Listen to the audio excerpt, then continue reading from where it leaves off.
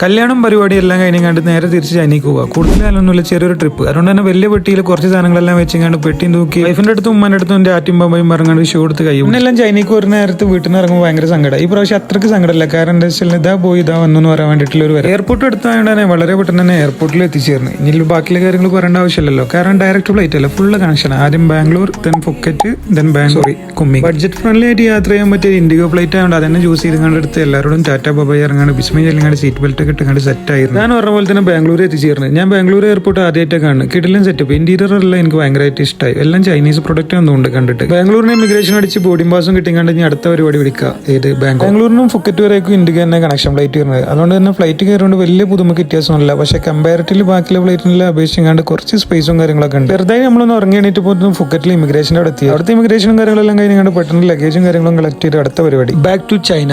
അതെ, ഫുക്കറ്റിന് നേരെ ചൈനയ്ക്കുള്ള ഫ്ലൈറ്റ് പിടിക്കുക. ചൈന ഈസ്റ്റേന്റെ ഫ്ലൈറ്റിനായതുകൊണ്ട് ചെറുമട്ടത്തിൽ ചെറിയ ഭക്ഷണവും കാര്യങ്ങളൊക്കെ കിട്ടി. ഒരു ഫുഡ് പാക്കും തന്നു, അതിന്റെ കൂടെ ഒരു കോഫിയും തന്നു. ഇത് എന്താണെന്ന് അറിയാനുള്ള ധൃതി മാത്രമല്ല, വിശപ്പിന്റെ കഠിനം കൊണ്ടുതന്നെ എല്ലാം കൂടെ പൊളിച്ച് മാന്തിങ്ങാണ്ട് പുറത്തെടുക്കാനുള്ള കാര്യങ്ങൾ. കൂടുതൽ ഡെക്കറേഷനിൽ ആവശ്യമൊന്നുമില്ല, കാരണം കിട്ടിയതെല്ലാം ബന്നും കേക്കും കാര്യങ്ങളും മാത്രം. എല്ലാം കഴിച്ച് സെറ്റായി ഒരു ഉറക്കോ എണീറ്റ് കഴിഞ്ഞപ്പോൾ ബാക്ക് ടു ചൈന. അപ്പോൾ ചൈനയിൽ ബാക്കി കാര്യങ്ങളായിട്ട് നാളെ കാണാൻ. ചാനൽ ലൈക്ക് ചെയ്യുക, സബ്സ്ക്രൈബ് ചെയ്യുക. ബൈ.